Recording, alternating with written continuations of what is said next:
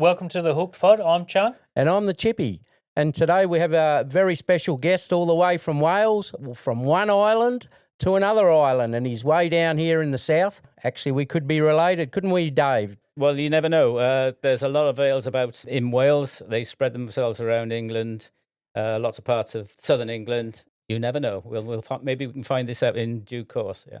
Dave Vale, he rocked up at our shop last night, looked on the window, saw my name on there, which is Shane Vale, and thought, you never know, we could be related.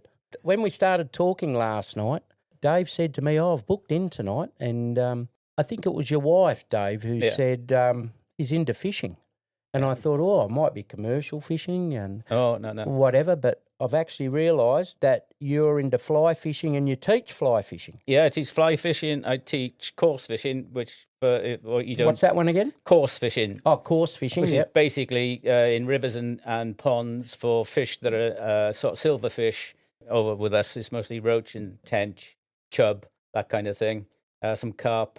Yeah, and the dreaded carp that Australia hates. You hate carp, yeah. But you use it for competition fishing over there, carp. We do, we do. But it also becomes, for some people, in a way, an obsession that costs them a fortune and sometimes costs them their marriages because they get so hooked on it, and they'll sit at the lake or sit in a bivvy. They call it a bivvy, lying down all day and all night with alarms, which I find amazing. That's right. Electronics to help you catch fish. I mean, that's to see if they get a bite or not. See if they get a bite. So they're up having a pint and a barbecue, and while they're waiting for the alarm to go off. They're doing all sorts, mate. Yeah. But waiting for alarms to go, and they can be there for a week. Is there prizes to be won? There are some prizes, but a lot of it's just kudos with their mates who's got the biggest carp and that kind of, the kind of thing. Thrill of the chase. Absolutely, yeah. That's just what guys do. Who's got the biggest one, eh? Yeah. And obviously doesn't change across the pond. It doesn't. But anyway, the first fishing I ever did was with my cousin Philip. Was a place called Roath Park Lake in Cardiff, in the centre of Cardiff, a lovely parkland with a lake, and it was catching roach, little tiny roach. So I was probably about 5 or 6 then, but then properly learned to fish was when we went to Devon with all the cousins, and then we tried to catch the impossible, which is a mullet in the sea. You probably got some mullet around here. We do, yeah. A lot of mullet in Australia. Yeah. And do you find them easy to catch? Netting mostly. Oh yeah, we've got thin lip and thick lip mullets, and basically their lips are very, very soft, and they're mostly algae eaters. So you've got to try and find something that they can eat, and very often it's just a squashed on little ball of doughy bread. Yep. And then you throw a few offerings in for them. Sounds like a blue groper over here. They got really soft, like lips, haven't they? Yeah, it's the lips, and it's usually not the lips. That they're anything like a mullet, but they've got really big, it's usually soft the lips that the hook gets into, and you've got to use quite a small size hook. Down to a size 6. I don't know how you classify your hooks over here. Yeah. But quite a small hook, but they are so finicky. And when you're a kid and you get in a bite, and you get another bite, and you get another bite, and you're missing all the time, it's enough to make you tear your hair out. But it's what really got me into it, that I was really determined.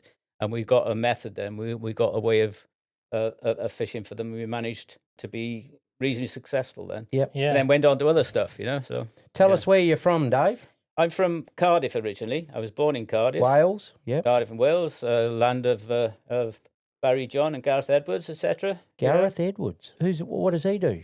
Oh, you're joking, mate, aren't you? Of course. Is he a soccer player? Oh. Is he a singer? I'm going off you a bit, mate. Yeah, the great Gareth Edwards, of course, the greatest scrum half there ever was. Okay. I do follow a bit of rugby with Barry John, the outside half. Anyway, so the great team of the 70s. We won't talk about how bad the Wallabies are these days. All right, let's get back to talking fishing. Well, Wales can top that. We're rock bottom at the moment, but hopefully things will. So is it the Wales? Is it the Lions that you play with England? Yes. That's right. They've just been over here recently, I think. Yeah. And they probably gave us a spanking, did they? They managed to win the third test. Yeah. Did they? Yeah. But there were only 2 Welshmen who came on tour, and one of them went home after a week with an injury. So we ended up only just having one amongst the team. So I'm surprised that the Lions actually won with only 1 Welshman in it. I would say Need that, more Welshmen. Yeah. I have a friend who comes from Wales, but Cardiff's on the water. Yep. Is that an ocean there, or is it an inlet? It's the Bristol Channel. It's There you seawater, go. of course, but it's coffee-coloured water. Yep. People think it's dirty. In some places, it is obviously dirty, but that's just the fact that it comes down all the big main rivers. Yep. And then goes into the big churn up, which is the Bristol Channel. You got Newport, Bristol, Cardiff, all around there. That's right. Swansea. And as you get towards Swansea, it opens up and the colour of the sea changes. And sometimes you can be fishing on a boat there and you'll be where that colour changes. It's amazing. Yeah. To brown, sort of milky brown water, to then slightly less coloured, and then you're into some fairly clear water then. Does the colour change throughout the year, or is it like consistently the same colour year round? It's generally the same colour, but with rains, it's much more coloured. If you imagine the amount of rain you get in Wales, everybody will tell you it rains all the time in Wales. It didn't this year. Yeah. But, And you have snow melting and that in yes, Wales, you do, you? Yeah. Where did you start your fishing then? A park in the middle of Cardiff called Roath Park Lake. And then sea fishing would have been down at a place called Penarth, which is just past Cardiff. And then on our holidays a lot of the time, and that's where I really got a great love of fishing. But as I grew into it, I fished for our whiting, similar to yours, and cod. Yep. Bristol Channel was full of cod when I was younger. That's the cod they use for fish and chips over there? Absolutely, yeah. Yep. North Sea, or what's it called? North Sea cod? Or It's just called cod. just cod over there? Yeah. Yep. Gaddis mohua. Beautiful white fish. Yeah. I just know some of the Latin names, so I'll chuck them in here. Gaddis mohua is the cod. Yeah. Right. Yeah. The record was caught near Barry in South Wales, a couple more miles along from Penarth. That was from the shore. It was 44 pounds. Wow. And it's only recently been beaten. So for a shore caught cod, it was a monster. Yeah. I've managed to get a 20 pounder on a boat, but as I say, they're getting thinned out now, and we think there are lots of reasons, but we think global warming is moving them up north. All right. Because we're getting more fish coming in from the Mediterranean, Bay of Biscay, coming into Devon, Cornwall, and into Wales. Yeah. As the temperatures change, the sea temperature changes. Yeah. We are noticing all this happening. Rivers are getting cleaner than in the cold period. I grew up on the River Rumney, which runs from the Rumney Valley into the sea at Cardiff. When I was a kid, the water was black because of the coal washeries. Ah, the old coal. And a friend of mine I was talking to from Rumney, which is at the top where the river starts, I said, yeah, when we were kids, we used to paddle in this black water. And he said, yeah, we used to piss in it. In other words, saying that And we used to eat the fish out of it too. Yeah. Yeah, it was all really good. yeah. You were getting the dregs down south. But now it's full of all sorts of fish. Salmon are back in it, sea trout. Yeah. It's cleaned up. No end. Fantastic, yeah. Is there less coal being mined over there now? There's very little indeed being mined now. Yeah. There's still some remnants of the pollution from it because you get a lot of iron within the pits. Yeah. And sometimes you get a big flood out, and that will affect local fish. In general, it's a lot cleaner. But then we're having problems, even as far as West Wales, where I live now, through farming and some of the other rivers.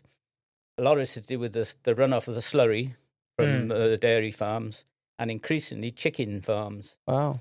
And that's pretty potent, and it's causing lots of problems in the river. It's greening up the rivers, algae's blooming, and oxygen's being taken away from the fish. So More people eating chickens. Yeah. more people eating chickens, and when you say how many, it's a massive chickens in a small catchment. Yeah. Yeah, no, the chook feces is such good fertiliser, No. for gardens. No. But not for No. estuary systems. The problem's being compounded by other farming practices, which include compacting of the land with bigger machinery they use now than they ever did. Oh. So all the dairy farmers, they've all got £1 million tractors, and they're all proud of this because they're all poor, the farmers. But anyway, they have these huge tractors. It's been proven that it compacts the soil. So compaction of the soil followed by all of the slurry that's been spread on the field, and then rain comes along. So instead of sinking into the soil to go into the aquifers below, it's run straight into the streams, into the rivers, and out to sea, and it's causing ecosystem of your rivers. Killing the ecosystem. Pollution. Yeah. Absolutely, Yeah. yeah. There's lots of better things happening than that, of course, but it is. I'm sure you've got some problems like that over here as well with the. Oh, yeah, same, but different, isn't it? It's all the same sort of stuff. Yeah. So what sort of other fishing? You were telling me earlier that you're into fly fishing? Yeah. I think I was about 22 or 23. I had been made redundant from the steelworks in Cardiff I worked at. I was a tool setter on what was called a bearing line, made shell bearings for cars, for boats, for everything, that kind of thing. We need them. Yeah. Anyway, they decided to close the Cardiff operation, and 250 of us were down the road. Few of us, I think there's a gang, about 25, 30 of us, were moved up to Maidenhead near London to install the machinery that we used to work on and teach other people how to use it, then bugger off.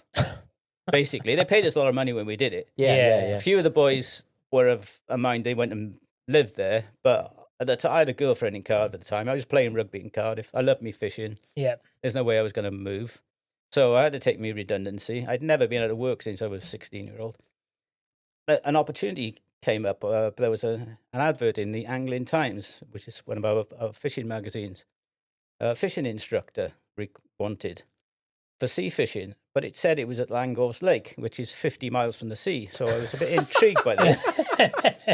Yeah, so I gave him a ring. It's one of these days that you don't write, getting a job. Did you ask him if they were putting a channel in through to the ocean? I was trying to work out why it was sea what's going fishing. on here, mate. Anyway, it was a holiday company called PGL.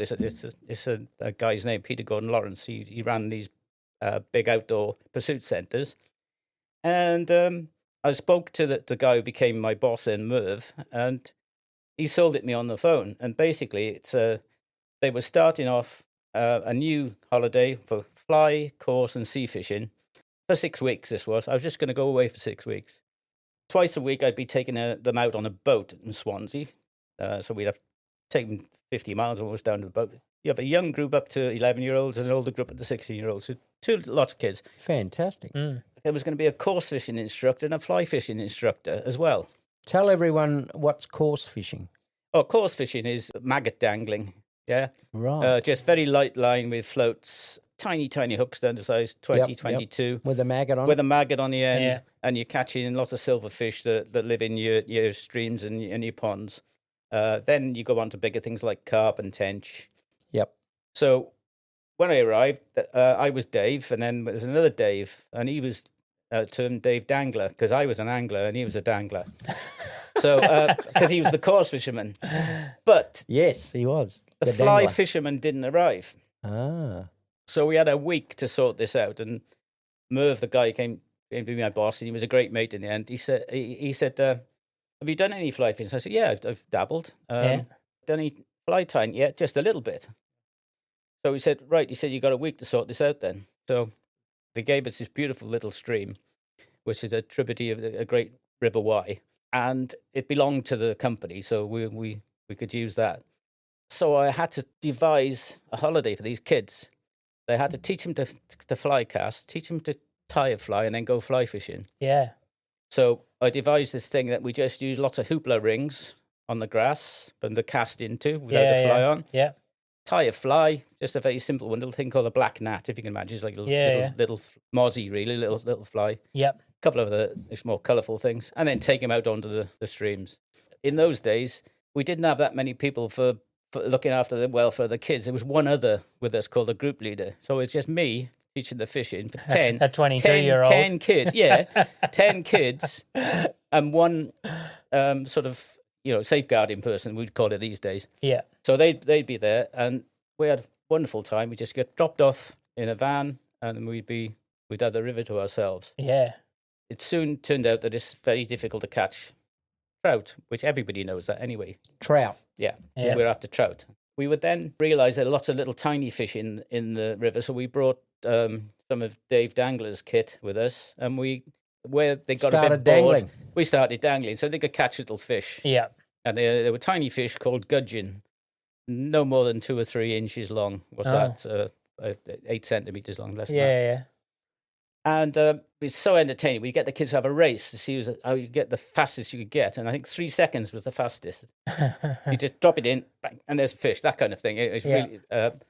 But one of my highlights then was there's a little Geordie lad, Geordie's from Newcastle. I was patrolling the river, and he said, Dave, there's a fish here. I can't get it. So I said, oh, where is it? He said, it keeps on coming up under the bridge. There's a little road bridge. I said, right, okay, let's have a look at your fly. And I said, oh, look at that. He's only got about 2 foot of his leader left. You need a lot more than that on the end. So I tied him another bit of leader. I said, where's your fly from this morning? I lost that one. Okay, right. So I gave him one that I've tied. I tied it on. He said, oh, there's the fish. So I back and forth 2 or 3 times with the fly rod, dropped it right in front of the fish, started to retrieve, and it hooked. Yeah. And I handed him that rod, and that kid must have thought I was God, because I've shown him exactly what to do. He's done it, and I was no more surprised than anybody else in this world that it happened like that. But it made my day. Yeah. So You're now a teacher. Yeah. Teaching and being able to show them a lot more. So there was me having a week to get the holiday sorted. I did that. Yeah, and that happened in the first week. No, that would have been in a couple of weeks there. But yeah. The kids would do other activities as well, and I got to teach those as well in the end, because instead to stay there for 6 weeks, I met my wife there.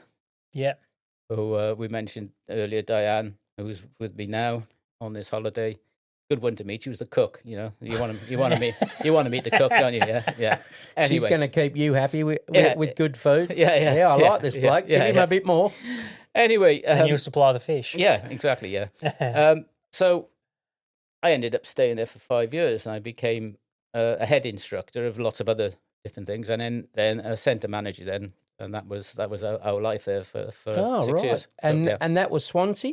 No, that was in Llangors, place called Llangors in the middle of Wales, in the Brecon Beacons. Yeah, right. With a beautiful lake. Right. Yes, because you're not. They said. Yeah. They said you thought you were going to go on the ocean, but you ended up in a lake. Yeah, that's right. That's it. Yeah. So they were mainly school groups would come out. Those were individuals in the 6 weeks of our children's summer holidays. Yeah, right. We did have other groups of school kids for all sorts of types in the London kids who only wanted to go out in the street. And when you looked out, there wasn't any street. Yeah. They were in the middle of the countryside, and their minds were blown by the fact they're in the wide open spaces. But I think it did them a lot of good. What were you doing in the winter months? In the winter months, we closed down from late October until February, and we did winter maintenance. So one of the sites had lots of tent pitches. So basically, you had to rotivate all of them, backbreaking work, raking them and reseeding them, and then, because it was in a national park area, you had to return the ground to what it was like before we started the year. Yeah. And then we did painting and maintenance of all sorts of other stuff. It was great, but I got to live in a lovely house for the winter as well. So that was great. Would have been good fun. So where do you live now, Dave? I live in a place called Simpson Cross, which is near St David's on the Far Peninsula in West Wales. And St David's has a cathedral. It's world famous. It gets lots of tourists down there. And just below me, I have the choice of 4 or 5 beautiful beaches, bass fishing and whatever. Bass would be a bit like your tailor in a way, very aggressive. Yeah, there's a lot of people catch bass around the world, isn't there? Yeah. Big thing in America and over east here, they catch it in the lakes and that they get bass. Yeah, I think those are the ones being brought from America, aren't they? I think those fish. What's your favourite fishing? My favourite fishing is fishing for bass. There's lots of ways of fishing for bass. You see, there's spinning and lure fishing. There's live baiting with eels, sand eels that we have, and basically they're in front of your feet. The eels are? No, the bass. The bass, they can be in front of your feet. But surf fishing for them is really good. Surf beaches we have what you don't have here. You don't have tides to go out a long way. Only right up north, yeah. And on our beaches, there can be a tidal difference between low and high of 14 metres. So imagine that water's been shifted out and back in, particularly in the estuaries as well. We get that in the Kimberley up here, Yeah. Anyway, so fishing an incoming tide from low water up on a storm beach, we call them, is when the wind's blowing, and the bass love it in the surf. And you just cast baits into that. They can be worms, they can be eels again. They can be squid. They can be a good mixture of baits that you might find here anyway. Yeah, and they're very exciting when they bite, and they're very positive, and they're delicious to eat as well. How do you catch a cod over there? Do you have to go boating? when I grew up, I mostly shore fished. It was expensive to go on boats. Imagine you growing up and your parents got 5 of you to look after. So basically, my son and I and maybe a couple of other guys, friends, would get the train down to Penarth from Cardiff, and we'd be off for the day. And the mum and dad wouldn't worry about you. In those days, you didn't worry about anything happening to you. No, you just you just went on a bit of fun. So that would be shore fishing mostly. But as I got older, I got to go on boats. A couple of my mates had boats, and you go out into the Bristol Channel or in the Swansea area. A lot of people just drop over the back of the boat at anchor because we had big, vicious tides running. And then it developed into what's called uptide casting. Do you get that as well? No. So uptide casting is where you use a grip weight and you cast 90 degrees to your boat, maybe 40, 50 meters out, and allow a big bow of line to run out. The gripper hits the bottom. You have a big bow in your line. Then when the fish bites, it normally breaks out that grip weight and it goes slack. So the technique is wind like fury until you feel the weight, and then you just... You should have him. Because you got to take up all that slack. Yeah, you got to take all that slack. Yeah. And that developed, I think that probably developed in the 80s, uptide casting like that in a big way. Yeah, wow. Now where I live in Pembrokeshire, we've got sea as clear as yours. Yep. And so the method then is a little different. We use rubber eels, feathers. Stuff the fish can see. Yeah, exactly. Just like you. And then one of the later ones probably comes from here or it's been imported into Britain, called slow jigs. And basically they're lumps of heavyish metal. They flutter. So you let them go to the bottom and you bring them back and then they flutter again. Then it was slow jigs and they go mad for those. Yeah. Things have changed a lot in the way of jigs. Oh, yeah. We've certainly got a lot of lure makers over here that have changed the way people fish. Yeah. And have you found that water clearing up? Is there a new species or anything like that that's come in now after all those years? Yeah. As far as Swansea, particularly further around the Welsh coast into the west coast, we're getting triggerfish, which is really a tropical, almost a subtropical fish. We're getting some different breams. We always had our black bream and red bream, but now we're getting gilt-head breams.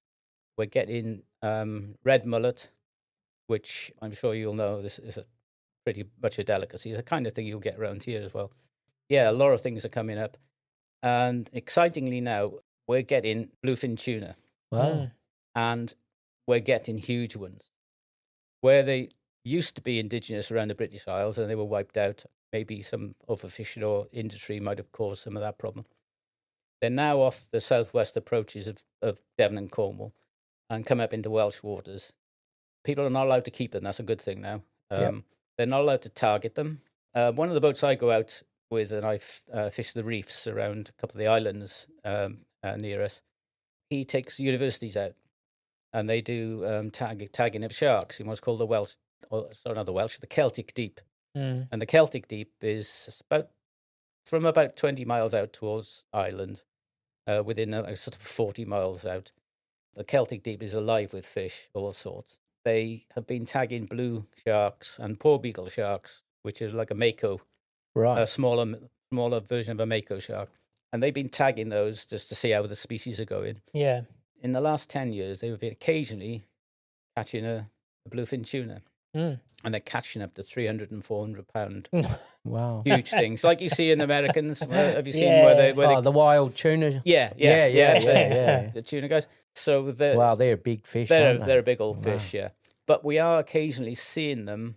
You know, you see a fishing frenzy and we see loads of seabirds out. And occasionally you'll see that going on. And there's been lots of anecdotal evidence and also footage of it being tuna, not just the mackerel and other things there. But the tuna going after the mackerel and the birds are coming down.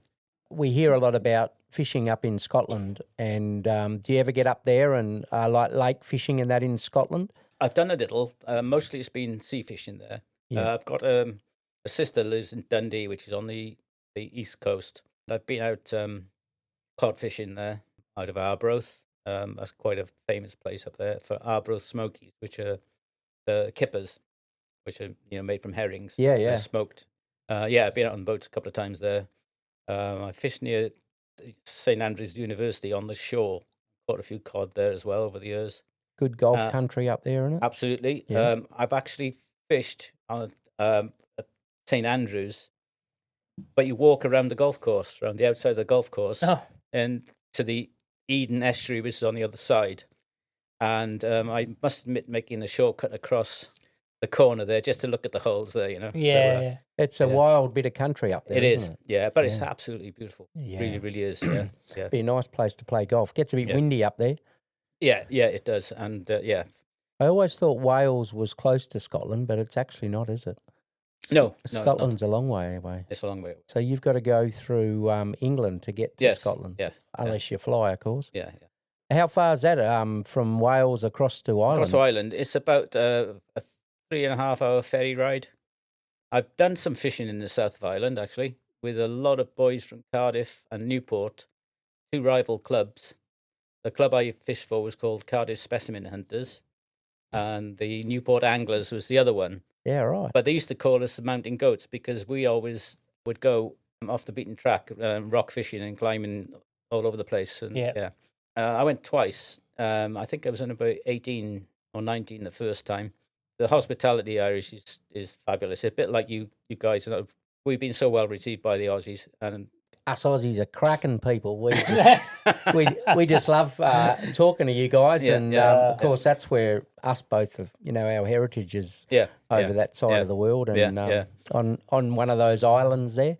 So we're all related down the track somewhere. We are somewhere along the line, and we all like our fishing because we're all coastal, aren't we? We are coastal. Yeah. You've had a little look at Australia, and down here in Albany where we've got lots of rocks and. Is it similar? I'd say it is very similar here. We've got lots of beautiful sand beaches in the west of Wales that I live now. They're lovely rocky headlands, lots of beautiful long beaches that go out for miles. They seem to go out on our big tides. Then you have forests going down to the sea in some places where the forests are left. You've just got it warmer than us, But we had a great summer, mind you, in Wales. It was really, really good. But we're paying for it now. When we get home, we'll know it'll be a big drop in temperature. So you do have a bit of sand up there. It's not all rocks like you see in England. No, masses of sand. When you say that, masses of sand. That's good. Yeah. And global warming, do you think that's making a difference? It is to a lot of things. Bird species. We haven't seen a big dump of snow in our area for years. Oh wow! And when I was growing up, you knew you were going to get in Cardiff. There would be, and we're on sea level, obviously. You'd have easterly winds blowing for 2 or 3 days, and the sky would getting whiter and greyer and whatever. And as kids, you think, "Oh, come on, snow!" You wanted it to snow, but then when it did, it would snow for a day and a half, 2 days, and you'd get a real big dump of snow, 3 or 4 feet of snow. It rarely happens now. Where I am in West Wales, you'd be lucky if you get half a dozen frosts, even. Wow! And the tiniest amount of snow, just a little sprinkling. So things are changing. We find it a little bit difficult over here to go fishing in the winter. What's it like up there in the winter? Do you go fishing at all? It's brassic, as they say, which is freezing. Brassic. Yeah, it's freezing, but you grew up with it. Yeah. And one of the greatest feeling is, because we often walk a long way for our fishing, is you're out there on the beach and you are really freezing, and and you start dancing around your rod. Yeah. And one of my own mates used to have a little dance, and he'd dance around the rods, and he'd be singing 3 times around the rod for cod, 3 times around the rod for cod. He'd have a few of us, we're all daft enough to do it then. But he just got a little bit warmer. Yeah. And of course a cod jumped on the line, didn't it? No, it didn't, no.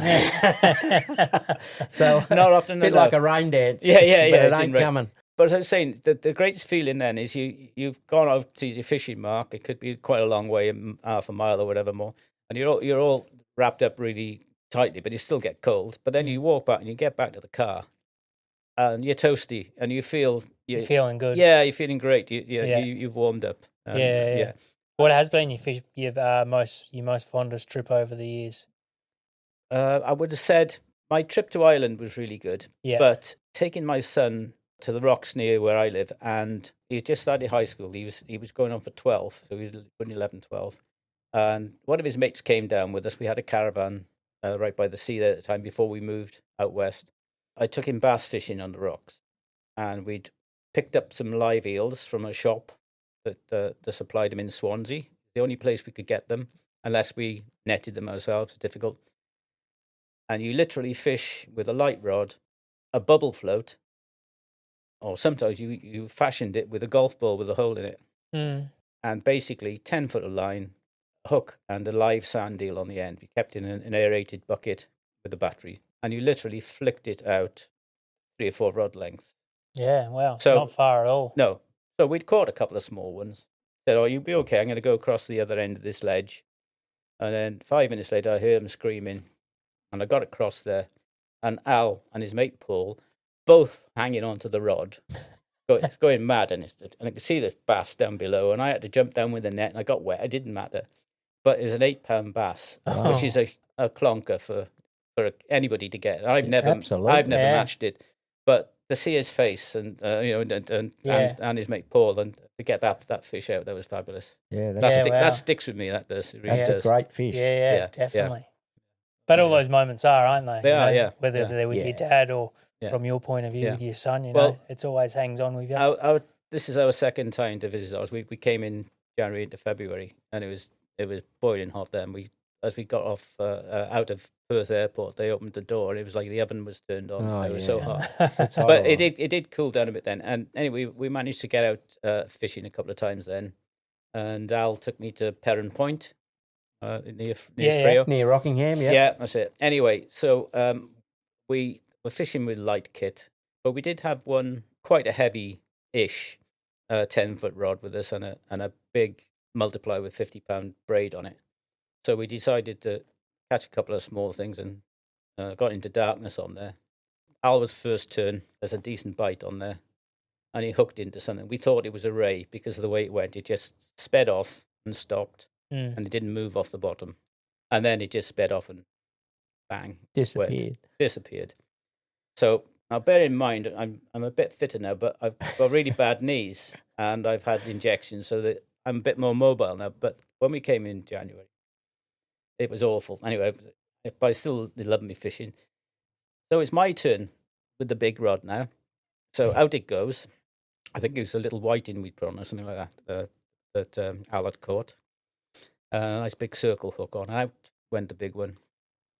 So it must have been 15 or 20 minutes later. Al's 10 metres to my left. The big rod's 10 metres away from me on a spike, and I'm fishing still with my light one. All of a sudden, it starts to go. And because it's only in the sand spike, it pulled it right off the rod stand and started to go along the sand. White pointer. So I chased after it and I tripped over and landed on a rock. Oh, no. And it was my good knee that landed on the rock. Oh, gosh. The adrenaline, though, I didn't feel a bloody thing. Of course you So I just managed to get to it and got one hand on it, and Al's caught up and he's grabbed it, and then he gives it to me, and it's just going... Hang on. And I just hung on. 5 minutes later, there's not much left on the reel. Yeah. But it bit through. But we had a great time doing it, but we made mistakes. We were outgunned. We should have known we were outgunned. The end tackle we had on wasn't really up to it. But what an experience, you know. Yeah. It was just so we lost 2 big fish on that tide. But we learned a bit, you know. Yeah. That happens numerous times in Western Australia. You can just think you're going down for a fish and you always got lighter tackle than you should have. Yeah. And then afterwards you think, well, I'm going to go back there one day and I'm going to take me heavy gear, and you never get around to it half the time. Yeah. But you learn your lesson when you don't actually know that area very well. Yeah. And you don't know what you're in for. Yeah. There's obviously probably a white tip. Well, I said a white pointer, but there's something big, obviously. Yeah, it's definitely that was definitely shark-like. Anyway, yeah. I've caught 2 sharks in my life, and those both have been while I was teaching kids out of Swansea. Funny enough, Wow. And it was like Fly fishing. would have been a thing. No, that was out of Swansea, and that was on the drift. You go about 4 or 5 miles out of Swansea, and there's a big bank called the Scarweather Bank. The skipper cuts the engine. The kids are jigging for mackerel. Then we put out a couple of shark rods with a balloon float. With a bit of live mackerel or something? Yeah, live mackerel we caught. Anyway, half hour later, so I get this poor beagle on, and it was my first shark. The skipper and his mate were helping me and advising me, and we got him in eventually. He was only a 75-pounder, which is not very big, but we got it onto the boat and trying to placate it. We wanted it released, but it was really badly hooked, so we dispatched it. But the kids were just they were in awe of this.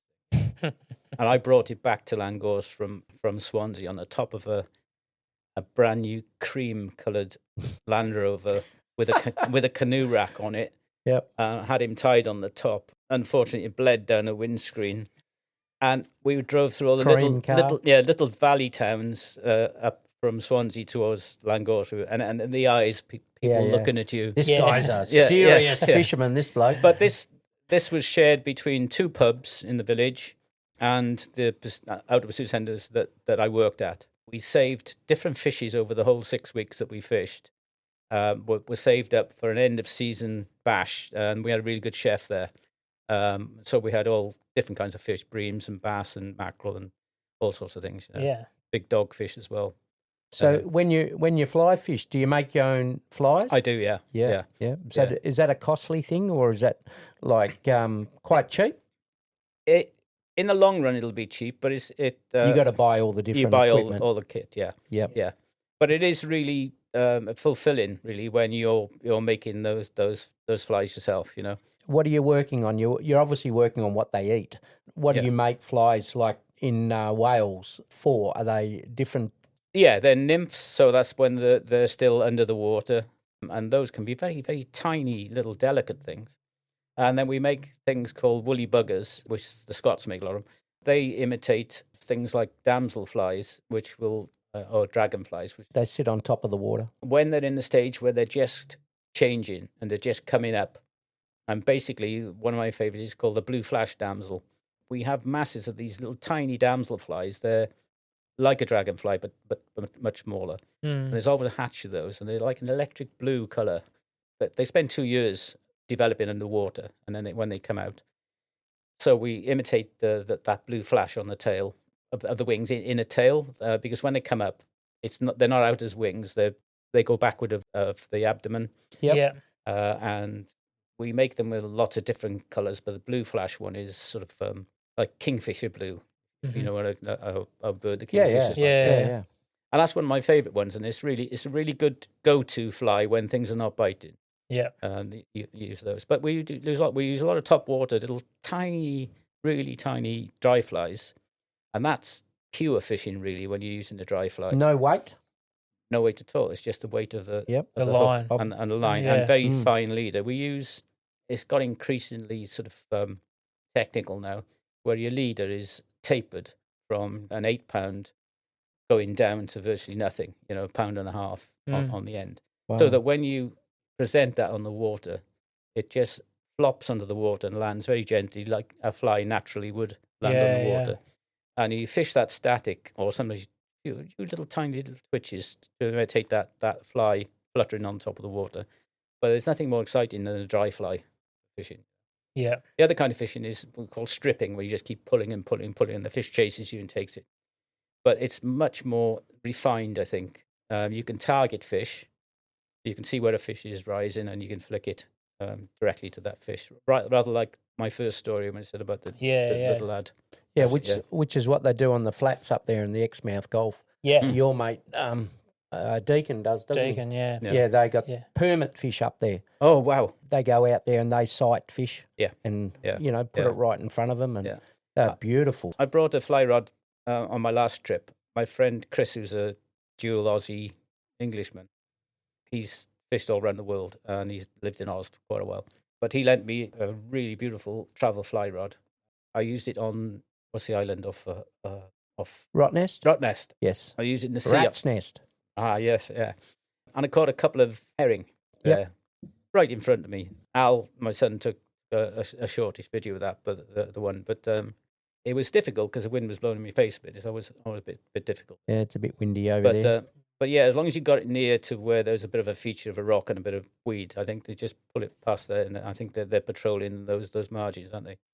So it was quite good to catch on the fly over here. Dave, I'm interested in the competition fishing that they have a lot over there. Do you have any in Wales? Yeah, the sea fishing, your club would go out every weekend, usually on the Sunday. We'd have a themed one. So one might be called a rover competition. You just rock up at the start point and you can go where you want and you come back and you weigh your fish at the end of the day. Now that, back in the bad old days, would mean that you go off and you would catch a load of fish you were never going to eat. Right.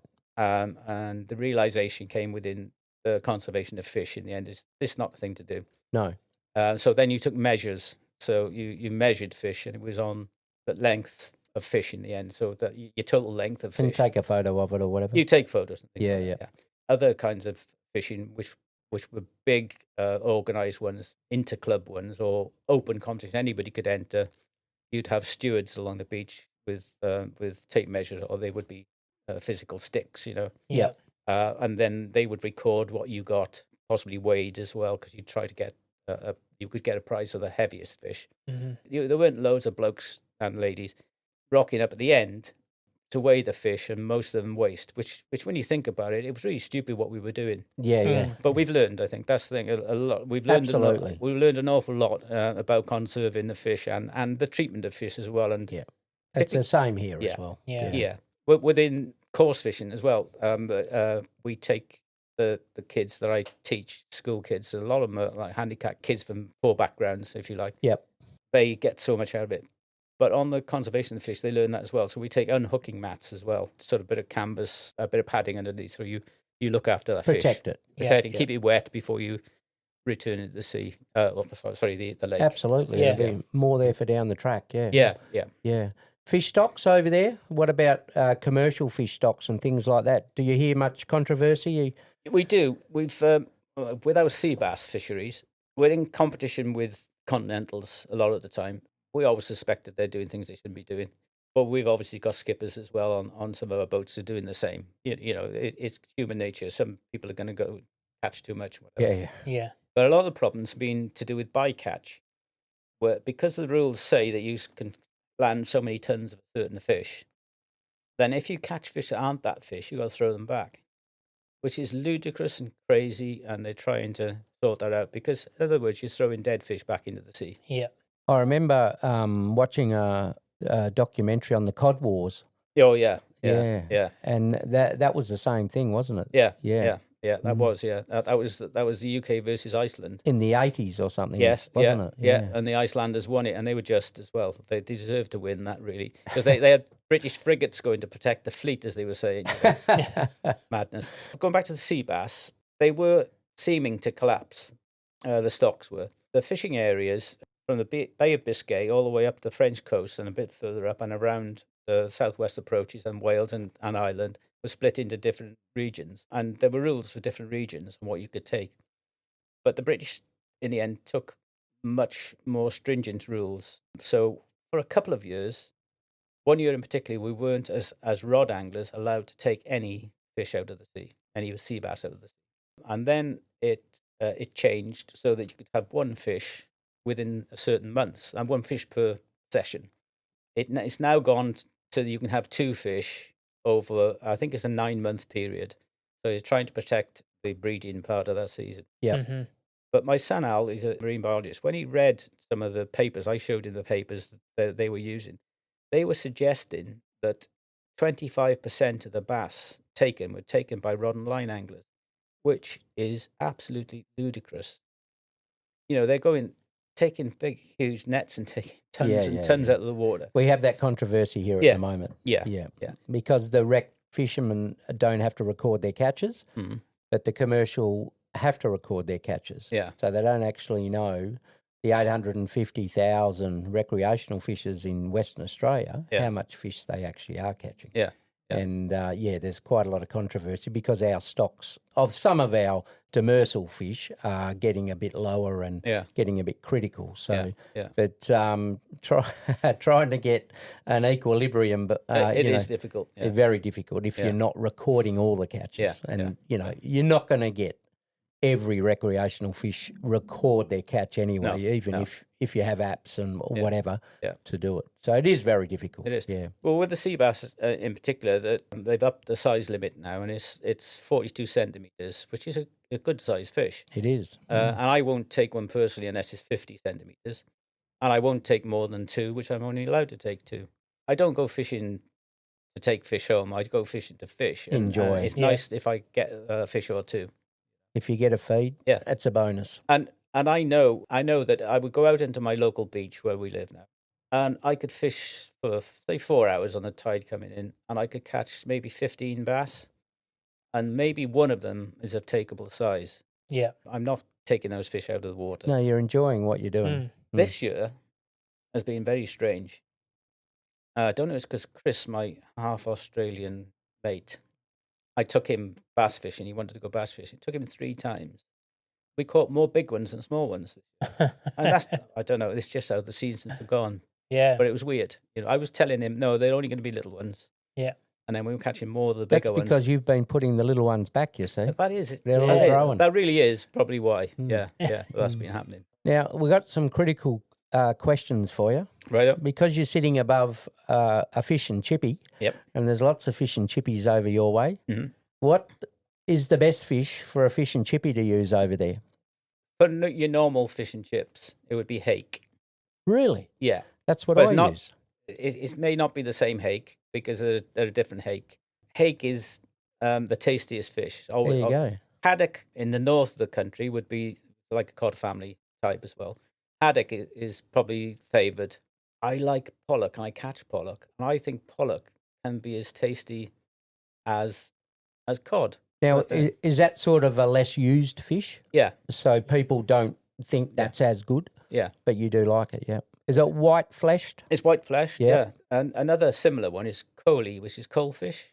Mm, Um, haven't heard of that one. COLEFFISH, the fish, and they call it coley. We don't get that much down with it. But my wife and I did a taste test between coley and pollock, and we both agreed that the coley was better. It's the cheapest fish as well, funny enough. But in a taste test, we thought that coley was best. There you go. So then yeah. And what about sole? I know a few friends who catch a lot of sole in the Bristol Channel. They're very much sandy estuary and muddy estuary fish. I've been surprised in catching a few myself over the years, but I love them. But I don't catch them very often. They're used in chippies as well, aren't they? Not often. No, not often. No, okay. more Your upmarket fishmonger. ones like your kind of shop would have them. Yep. And are they still cutting their own chips over in the UK for... Generally they are. Yeah, right. Yeah. Because yeah. we gave that away a long time over here. Most people use, well, if you're a high-end restaurant, you're having a few, they might do that. But most of the chippies use all frozen. That'd be a massive job. It is a massive job. You still hear the machines going in the background, with the rumblers where the peels coming off and all that. Yeah, Yep. Yeah, my mates who taught me Greek guys and that, they all had them back in the day in the 70s and 80s. But we all use frozen now. Yeah. Yeah. One of the things that's coming in some of the nicer restaurants and chippies is the triple cooked chip. I don't know if you're in Triple cooked chips, and they can be. But you got to cook it at breakfast, at lunch, and then you recook it at dinner again. But they can be fabulous in that generally a bit bigger, and they've had this triple cook business going on. I don't know what they do exactly, but they seem to have a lovely outer, and then you go into the middle and whatever. Yeah, soft in the middle. Yeah, I mean, my mum, I always remember my mum, and she was a cook as well. They always used lard back in the day. Absolutely. And my mum would be cooking, and she could tell by the sound of the chips when they were right. But she had asbestos fingers. She would just lift up the pan, grab one out and squeeze it. Yeah. But there we are. That's tough. Yeah, it is, yeah. Yeah. We have a question that we like to ask all our guests, and it has to do with food. Doesn't have to be seafood. Yeah. An experience that you've had with food that other people might not have enjoyed. And I know there's a lot of quirky things over your part of the world for food, talking about haggis and things like this. Yeah. What's a great experience that you've had that other people might like to experience? Well, growing up in Cardiff, and going to the Sunday market. The Saturday market with my gran when my gran was alive, and then with my mum, obviously, would be faggots, peas, and mash. You know what faggots are? No. Okay. Faggots are made. Do we need to edit this out, or we'll be all right? You'll be all right. But good. They're the faggots you want. Yeah. Right. Basically, they're made of liver, minced up liver, a certain amount of bread, and they're made into balls. You cube them up in some gravy, and you have mashed potato made properly. I know you know what I mean. Absolutely. Drop of milk and some butter in it. Yeah. And then some marrow fat peas. Do you know marrow fat peas? Marrow fat peas They'd be sounds fantastic. Dried peas, mushy peas, what people call them. Yeah. Yeah. Do you have mushy peas? Yeah. We got them in the shop. Yep. There you are. Yeah, it was that kind of pea, but they would be marrow fat peas, which came in a box, in a cardboard box, dried. Mum would soak them overnight, and then they'd be cooked away on the stove. Faggots, peas, and mash, and then the gravy that was on that. Does sound all right. Fabulous, actually fabulous. Mate, wouldn't that be nice on the menu? Faggots. Yeah. I have to make sure that we put the mash and the pea on so people don't get confused. Yes. Yeah. But, Rightio, Dave, thanks very much. We hope you enjoy your holiday while you're over here seeing your son in Perth, and thanks for coming to the Great Southern. Yeah. Albany's a fantastic place, and I hope you can dabble your line in the water a little bit more while you're here. Yeah, well, it's been great. We've loved the Southwest, all of it, the Augusta area and this, and we saw Albany and spoke about it. So we had these extra couple of days that we're not doing anything with Al to get down here. It's too short to have a couple of days, but it's still well worth it, you know. Yeah, absolutely. So it's somewhere we definitely want to come back. Absolutely great that you've come down, and I've found another vale, that's it. Haven't found too many vales in Western Australia that weren't part of our family, so it's really good to meet you. I don't find that many vales around either, so it's a good thing. Other than our main family, so yeah. Thanks for coming in, and thanks for having a chat with us, and enjoy the rest of your stay in Western Australia. Cheers, guys. Thanks, Dave. Enjoyed it. Thanks Dave. so much. Good on you. This episode is sponsored by Hooked on Middleton Beach, twice voted Australia's best fish and chips, 2018 and 2024.